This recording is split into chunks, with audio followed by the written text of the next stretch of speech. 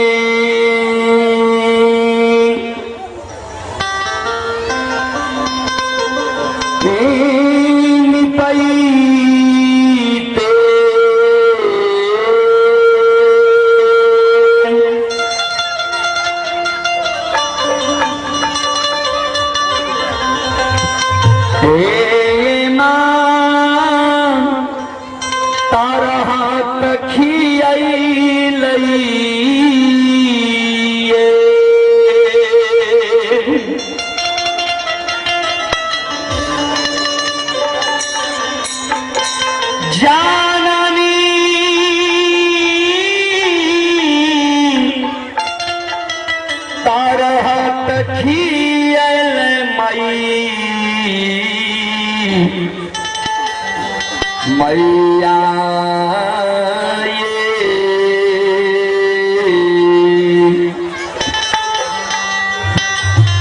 जननी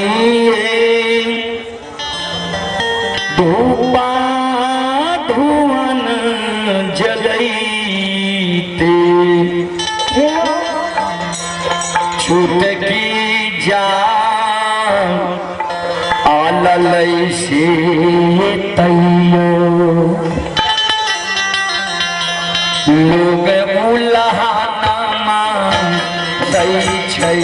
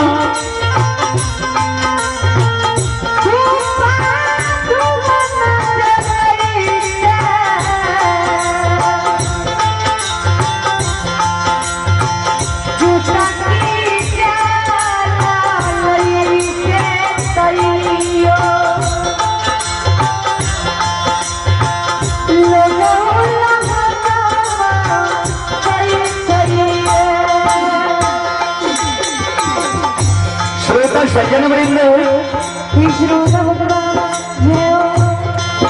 कौशल बाबू की ओर से सुधा की 7 बड़ी उधार बिल शानदार 101 रुपए की पुरस्कार है। ओम कुमार अमन की ओर से 21 रुपए की पुरस्कार है। लालू मुखिया ब्रह्मपुर की ओर से 21 रुपए की पुरस्कार है। संतोष कुमार ब्रह्मपुर 21 रुपए की पुरस्कार है। मनीष कुमार अनीश कुमार 51 रुपए की पुरस्कार है। राजवंश कुमार 80 की ओर से 51 रुपए की पुरस्कार है। गणेश मुखिया की ओर से 51 रुपए की पुरस्कार है। भगवान जी कुमार शाहपुर 11 रुपए की पुरस्कार है। सत्यम कुमार सोनू की ओर से 21 रुपए की पुरस्कार है। भगवान श्रद्धालु की मनोकामना को पूर्ण करे हैं। जय हो धामी श्रद्धालु की जय हो, उनके समस्त परिवार की जय हो।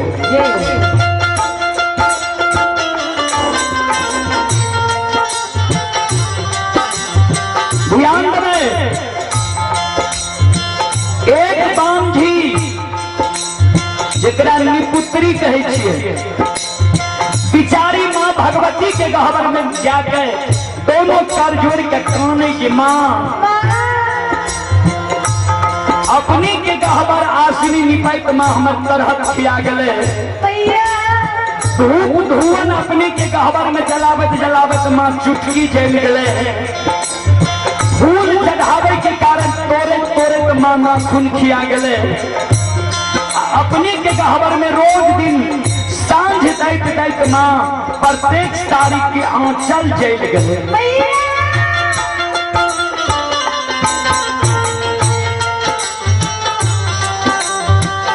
आतयो नाही देलियै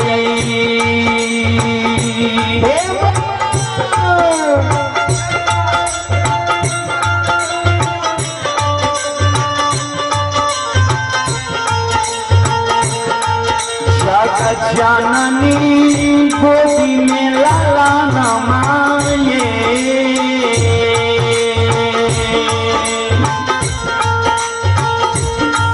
भगवती गोदी में खिलौना मैया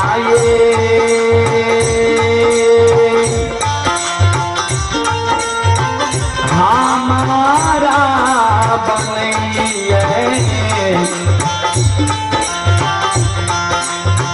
बांधी मरो छानी से ताय माय उलहनमा दै छै मैया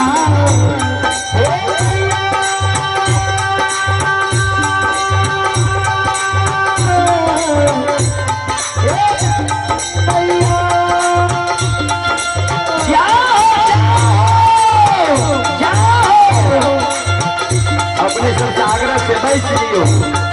बैठ के सुनबे तो सुने में अच्छा लगे अपने के अच्छा बहुत लोग सुने वाला है सब सागरा ये बैठ लियो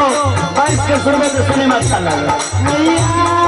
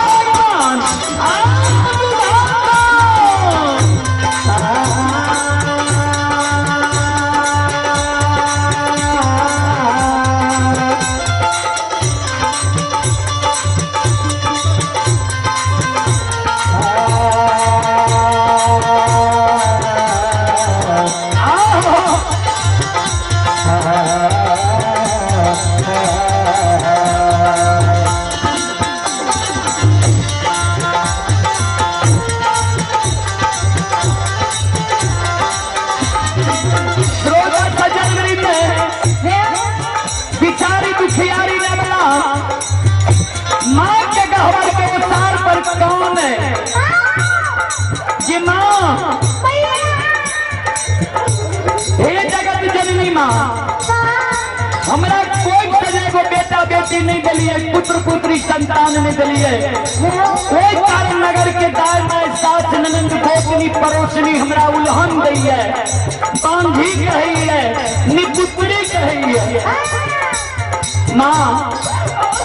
दाई माई तक के तो उल्हन उपराग माँ हम सह ले छी लेकिन दाई माई के घर आंगन जो जाए दाई माई के घर आंगन में दाई माई के बेटा बेटी के गोद में खेलत देखे छिए दाई माई के घर आंगन में दाई माई के बेटा बेटी के ठुमुक ठुमुक चलत देखे छिए दाई माई के घर आंगन में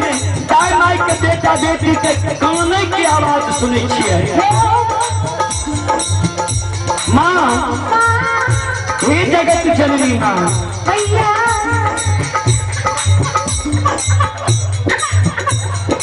आवाज सुन के माँ हमर हिया साले हे जगत जननी माँ सबके आंगन माँ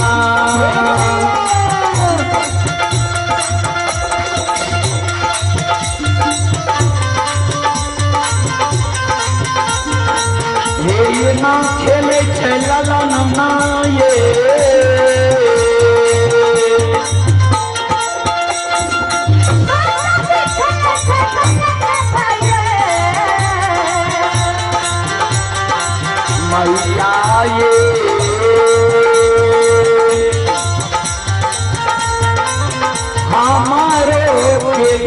भी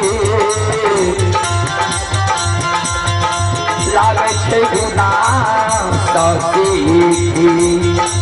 एक खिलौना माँ बिना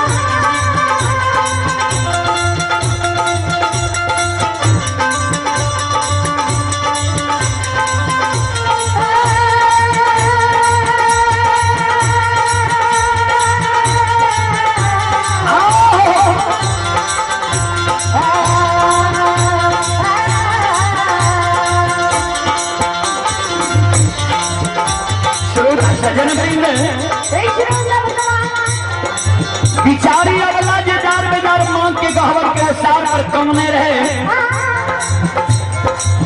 माँ जगत जननी अबला के दर्शन बिचारी अबला के कहे तेरा कोख में तेरा गोद में खिलौना चाहिए। अबला कल के हाँ माँ जगत जननी कलकिन जब तोरा गोद में खिलौना चाहिए तो तोरा युवती बता दे तोरा गोद में खिलौना भे जेते सुन घर पाछू अरबा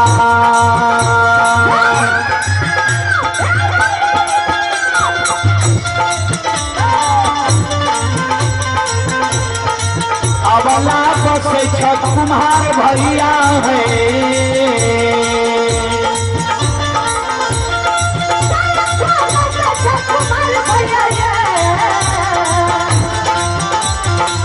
अबला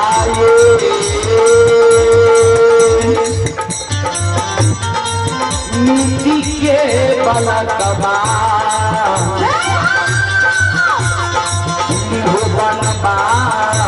से खुशिया दुख तोरा छुटिए जेता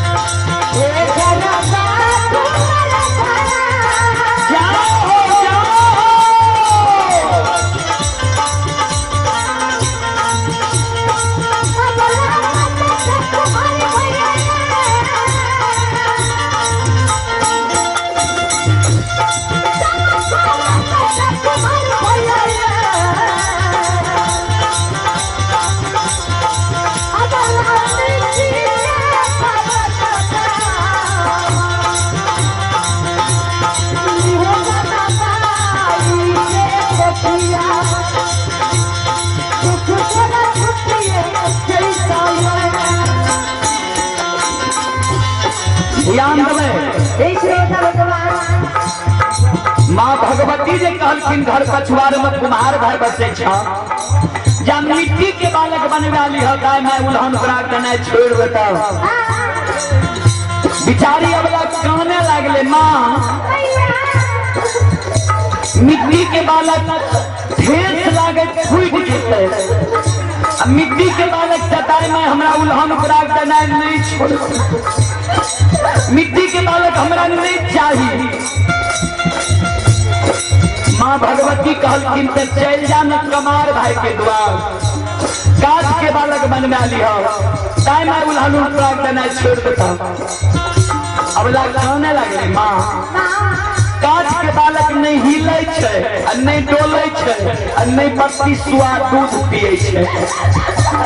काज के बालक भी हमरा नहीं चाहिए माँ जगत जननी कहलखिन तो चल जा सोनार भाई के द्वार की मिट्टी सोना के बालक बनवा लिया जाए मैं उल्हन प्राग देना छोड़ देता अब कहने लगे माँ सोना मूल्यवान धातु है सोना के बालक जोर कोरा लेते हमरा भोग नहीं हिलते सोना के बालक सभी दाय मैं हमरा उल्हन प्राग देना नहीं छोड़ सोना के बालक भी माँ हमरा नहीं चाहिए भगवती माँ समझे लिखी ये बिचारी नहीं तोरा मिट्टी के बालक चाहिए नहीं काठ के बालक चाहिए नहीं सोना के बालक चाहिए तो तू नहीं किया छोड़ो भगवान पर सुरता लगाओ भगवान के पूजा करो सत्य और धर्म पर रहो सत्य धर्म वाला के दिन बेरा पार भा जाए छे भगवान के घर में देर है लेकिन अंधेर नहीं है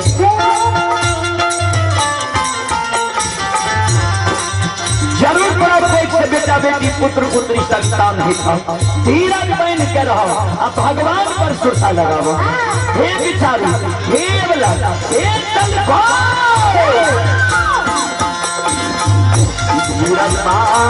धीरा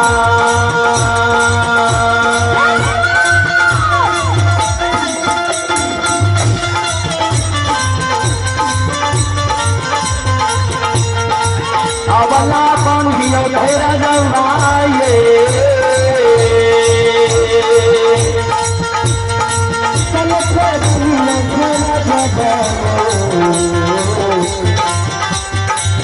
अबला भगवान देता